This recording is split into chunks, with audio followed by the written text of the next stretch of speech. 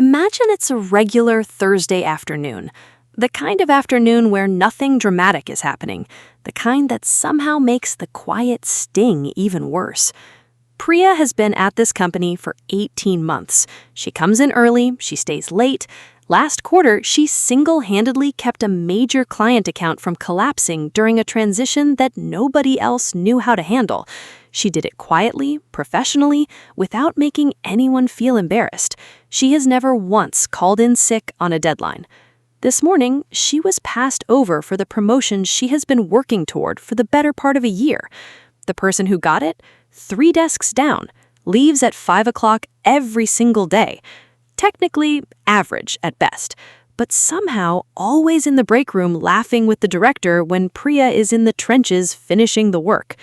Priya is staring at her screen right now, and there is a very specific heat rising in her chest, a mix of exhaustion, betrayal, and genuine confusion. She thinks about her rent, she thinks about the financial cushion that promotion would have finally given her, and she asks the question that millions of hardworking professionals ask themselves every single day. How does this keep happening? Hey everyone, it's Soluna. Welcome back to Soluna versus the System. Today we are breaking down 5 unspoken office politics rules that actually get people promoted, and why the hardest workers in the room are often the last ones to climb the ladder. This is not about becoming someone you are not. It's about understanding the psychological machinery of the workplace so it stops grinding you down and starts working in your favor. If you have ever been Priya, and most of us have, this one is for you. Let's get into it. First, let's reframe the whole problem. Almost everyone enters the workforce with the same mental model. Effort equals reward. You study the hardest, you get the A. You do everything right, you get promoted. We absorb this equation in school and carry it directly into the corporate world, assuming the workplace is a meritocracy of output. It is not. The modern workplace is a psychological ecosystem. It's a hierarchy driven by human anxiety, financial pressure, and deeply ingrained social dynamics. In this environment, effort is the price of admission. It keeps you in the building, but it does not move you up the stairs. When someone technically less skilled gets promoted over a proven hard worker, the instinct is to call it dirty office politics. We treat office politics as a toxic game played by sycophants. But strip away the emotional charge from that phrase. Office politics, at its core, is just the psychology of human group dynamics, the study of how people in groups distribute power, handle stress, and assign value. If you refuse to learn the psychology of the environment you spend 40 hours a week in, you are walking through a minefield blindfolded, and you're leaving your financial future in the hands of people who are looking out for their survival, not yours. There are 5 unspoken rules driving who gets promoted in most organizations. Let's go through every single one. Rule number 1. Escape the competence trap. Think about the most reliable person in your office. The one who knows the history of every account, can fix the broken spreadsheet in 20 minutes, and quietly prevents 3 crises a week before anyone even notices they were forming. Management loves this person. They praise this person constantly, but they almost never promote them. Here is why. If you are a senior director with a department barely holding together under quarterly financial pressure, and you have 1 employee carrying the weight of 3 people, promoting that person is terrifying. It creates a massive hole in your production line. You now have to hire someone new, train them, and risk a drop in performance at the worst possible time.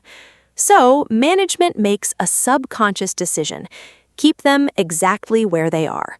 They tell themselves, this person is too valuable in their current role. They hand out praise and maybe a small bonus to keep the frustration from boiling over, but they block the upward movement because that person's daily execution is the safety net that allows them to sleep at night. The rule is this: if you make yourself entirely indispensable through technical output, you become unpromotable. You become a foundational pillar of the building, and you cannot move a foundational pillar without the roof collapsing. The people who do get promoted understand this barrier. They do not hoard tasks to prove their worth. They actively work to make their execution replaceable. They document their processes. They train junior team members. They build systems that can run without them. When a management role opens up, the strategic player points to their current position and says, "If I step up, the transition will be seamless. I've already trained someone on my accounts and the workflow is fully documented." They remove the psychological friction for the decision maker.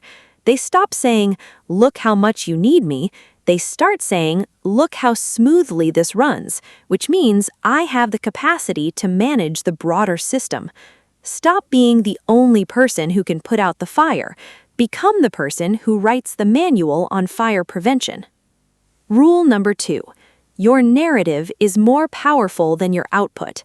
In a perfectly fair world, your manager would see every late night, every problem you quietly solved, every crisis you averted before it became visible. But we do not live in a perfectly fair world. We live in a world of extremely limited cognitive bandwidth. Your manager, their director, and the VP above them are all exhausted human beings drowning in their own pressures. They do not have the capacity to meticulously monitor your daily output. So leadership relies on mental shortcuts to determine who is adding value. And the most powerful shortcut in the corporate world is narrative. The person who got the promotion Priya wanted almost certainly did not work in silence. When they solved a problem, they casually mentioned it in Monday's team meeting. When they wrapped up a project, they sent a short summary email highlighting the key takeaways. They were constantly and subtly shaping the story of their own competence. You might think, "I shouldn't have to brag about doing my job," but this framing is wrong. This is not about ego, it's about communication. If you do brilliant work in the dark, you are invisible to the people controlling the promotions. You are forcing leadership to play detective to figure out your worth, and leadership does not have time to play detective. The psychological reality is that people believe what they are consistently told. If you regularly frame your work in terms of broader company goals, if you casually mention that your process change saved the team 3 hours a week, or that your client call prevented a cancellation, you are handing management the exact script they need to justify promoting you. When directors sit in a closed room deciding who gets the new title, they do not pull up time cards. They rely on the halo effect. They promote the person whose name has been consistently associated with forward momentum and solutions. The quiet worker gets forgotten. The strategic narrator gets rewarded. You have to become the marketing department for your own career because no one else is going to do it for you. Rule number 3. Master strategic neutrality. Every office is a pressure cooker. When you put people in a confined space, apply financial stress, and add a hierarchy, you generate anxiety. And anxiety breeds gossip, venting, and emotional alliances. We all know what this looks like. The private chat group where everyone complains about the new policy, the lunch break spent dissecting why the boss made a terrible call, the shared eye rolls during the all-hands meeting. Participating feels validating. It feels like bonding. It feels like survival. But from the perspective of upward mobility, getting entangled in those peer-level emotional alliances is an absolute ceiling. Think about what upper management is actually looking for when they choose someone to promote into leadership. They are looking for a stabilizing force, someone who can absorb the stress of the team without amplifying it. If you are known as someone who heavily participates in office complaints, even if every single complaint is completely justified, you are signaling that you lack the emotional regulation to separate your professional judgment from the collective anxiety of the room. The person who gets promoted practices strategic neutrality. When the team is panicking about a new software rollout, they do not join the chorus of complaints, but they also do not robotically defend management. They hold the middle ground. They say something like, "This transition is going to be frustrating for a few weeks, so let's figure out a workaround before it wrecks our Fridays." Psychologically, this positions them as an observer of the chaos, rather than a victim of it. They start to look like an adult in a room of reactive people. leadership is drawn to regulated, calm energy. When they promote someone, they're buying peace of mind. They want to hand the keys to someone who will de-escalate drama, not participate in it. By stepping back from the emotional venting, you create a subtle but powerful psychological distance between yourself and the rest of the team. You stop looking like one of the workers. You start looking like a leader in waiting. Rule number 4. Solve your manager's hidden meta-problem. When we feel stuck in our careers, we tend to see our managers as the gatekeepers holding us back. We focus entirely on how their decisions affect our daily lives. But if you want to understand how corporate advancement actually works, you have to temporarily step outside your own perspective and look at the world through the eyes of the person managing you. Your manager is not a god. They are a stressed-out professional with their own mortgage, their own performance reviews, and their own terrifying boss making demands from above. They have a hidden metric, usually unspoken, that defines their entire sense of security at that company. Most employees only focus on their job description.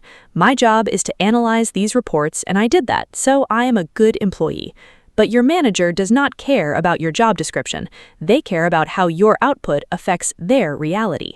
Here's a concrete example. Your manager might have a VP who is obsessed with presentation quality. Every time your manager walks into that weekly meeting, they get quietly humiliated if the slides look rough. That humiliation is their hidden meta-problem.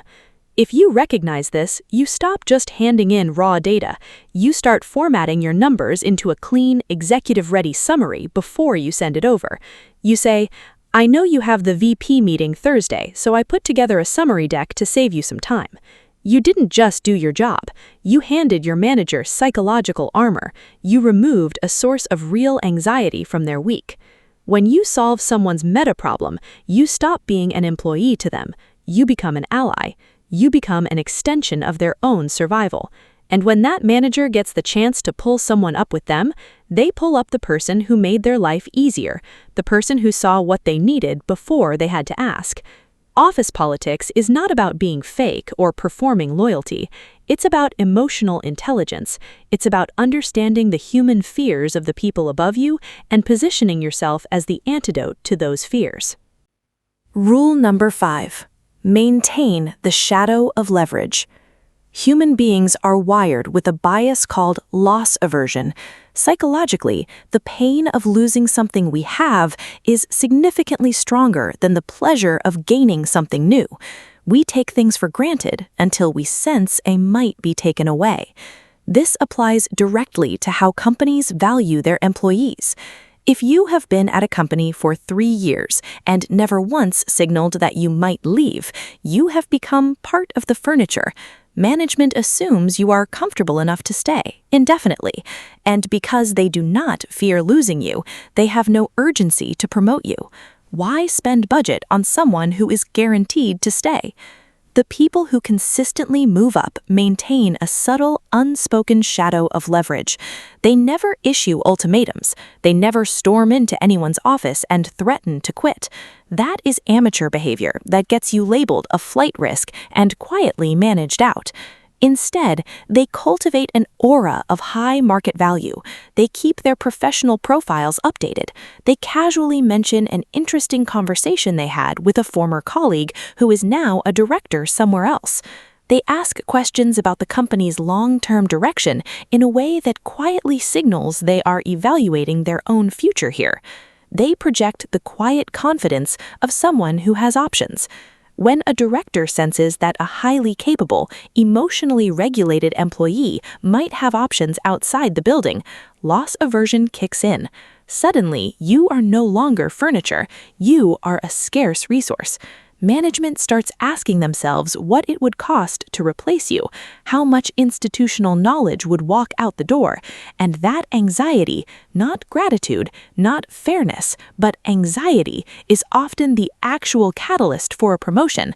Companies rarely promote people out of the goodness of their hearts. They promote people to secure an asset they are afraid of losing. By quietly maintaining your network, staying aware of what the market pays for your skills, and never acting desperate for your current position, you shift the dynamic entirely, from "I need this job to survive" to "this company is fortunate to have my services." The mindset shift that changes everything. When you hear all 5 of these rules laid out, it can feel overwhelming, maybe even a little cold. You might be thinking, "I just want to do good work, get paid fairly, and go home to my life." Here's the thing, you're already playing the game. By existing inside a corporate structure, by accepting a salary in exchange for your time, you're on the board. Choosing to put your head down and ignore the dynamics is not opting out. It's choosing to play with a terrible strategy. It's choosing to be a pawn. But the moment you accept that the workplace is a psychological marketplace, not a family, not a classroom, something shifts. You stop taking things so personally. When a coworker takes credit for an idea, it's no longer a deep emotional betrayal. It's just someone managing their own narrative poorly. You can address it calmly, strategically, without letting it follow you home. When your boss makes a confusing decision, you stop spiraling into frustration. You ask yourself, what hidden pressure are they facing that makes this make sense to them? You detach your self-worth from the company's validation. A promotion becomes what it actually is, a business transaction based on leverage and perceived utility, not a verdict on your value as a human being. This detachment is the highest form of peace you can find in corporate life. You can walk into that building, perform with excellence, navigate the human dynamics with intelligence, and then log off at 5 o'clock and leave it completely behind. Because you understand the machinery can no longer grind you down. What to do starting Monday. Start by auditing your tasks this week. Find the one recurring thing that makes you indispensable. Spend 20 minutes writing a simple step-by-step guide for it, or start quietly showing a junior team member how it is done. Begin building your own replacement mechanism. Change how you communicate your completed work. Stop sending emails that just say, "The report is attached." Add one sentence of context. "The report is attached. I adjusted the Q3 projections, which should save us time in Thursday's budget review." 10 extra seconds, completely different impression. When office gossip flares up, practice stepping back, not lecturing anyone, just letting the silence sit and excusing yourself. Protect your energy fiercely. And take 1 hour this week to look at the broader job market in your field. Not to apply for anything, just to read what roles one level above yours actually require. Reconnect with one person in your network just to check in. Remind yourself that the walls of your current company are not the boundaries of your entire world. Priya does not have to keep asking why the work wasn't enough. She just needed the right map.